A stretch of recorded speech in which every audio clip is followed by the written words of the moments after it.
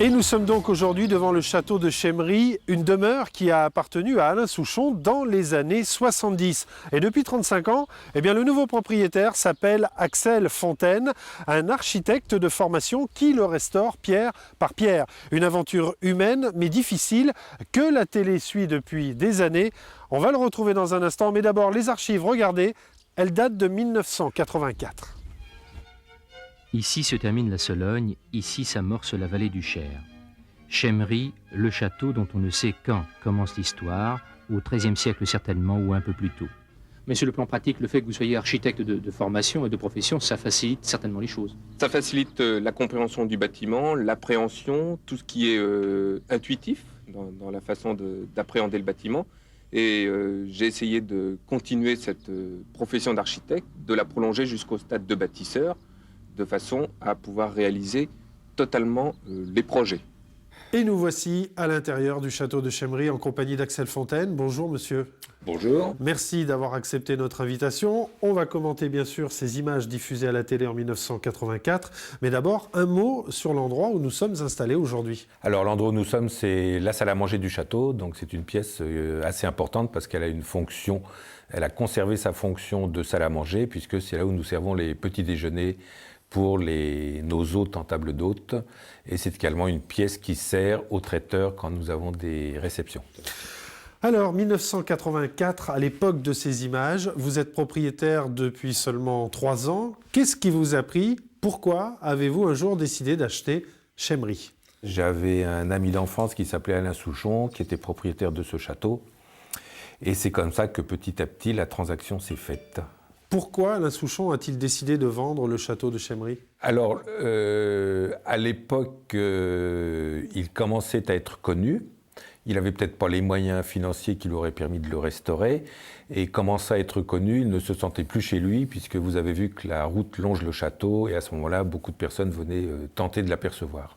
Allez, on va regarder d'autres images tournées cette même année en 1984. Regardez. Le vent coulis qui se faufile dans les escaliers de calcaire effleure les vieux fantômes du passé. Dans ces lieux d'une autre époque passent des vieux rêves d'antan. Ils rejoignent aujourd'hui, parmi ces salles aux cheminées immenses, la dure réalité de celui qui un beau jour a décidé de tout abandonner, ou presque, pour faire revivre les vieilles murailles, et qui, jour après jour, pierre après pierre, qu'il pleuve ou qu'il vente, envers et contre tous, restaure comme un forcené de l'amour. Vous avez commencé par quoi à l'époque? C'était quoi l'urgence? Tout, partout. Et partout, c'est surtout l'ouverture au public qui était assez simple. En fait, il suffisait de disposer des panneaux pour signaler le château. Après l'aménagement de notre salle de réception, des chambres d'hôtes, et tout ça, on a mené tout ça de front. La télévision régionale, on l'a bien compris, est souvent venue filmer ici à Chemry. Regardez cette autre séquence tournée 1 an plus tôt. Nous sommes en 1983 et vous connaissez ces personnes-là. Bien sûr, c'est ma femme et ma fille. On a, depuis, on n'a pas arrêté, quoi, jour et nuit. Les années se succèdent, vous poursuivez le chantier de restauration. Il y a eu quelques péripéties à Chemry. La télé en a souvent parlé. Regardez cette séquence tournée au milieu des années 90, précisément en 1995, et on en parle juste après. Chemry est ce qu'on appelle un château de caractère, avec ses douves, ses tourelles et son pont-levis. Mais si ce dernier est toujours ouvert, les visiteurs, eux, ne rentrent plus. Décision de la commission de sécurité après une visite le 8 décembre dernier. Dans la mesure où il n'a pas été dangereux pendant 13 ans, je ne vois pas pourquoi il serait devenu dangereux du jour au lendemain, sachant que depuis 13 ans, nous avons eu pour constant souci d'améliorer la sécurité. L'épisode de 1995 n'était en fait que la suite d'une accumulation de péripéties. Voilà. Je crois que si on applique les textes, aucun château n'est aux normes. Donc il y a eu une volonté de nuire de la commune. Les ennuis se sont accumulés, on en a eu assez, on a fait trancher par le tribunal et on a gagné. Vous êtes, on l'a bien compris, Axel Fontaine, un amoureux des vieilles pierres. Vous êtes également propriétaire de la Tour Beauvoir à Blois. C'est le plus vieux monument de Blois. C'est un donjon qui date de la fin du XIe siècle.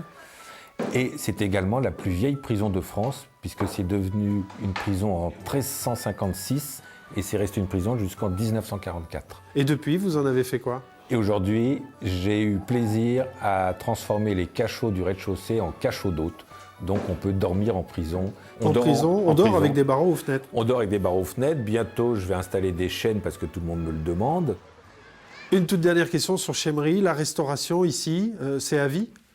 J'espère bien, oui. J'espère ne pas finir, parce que finir, c'est mourir.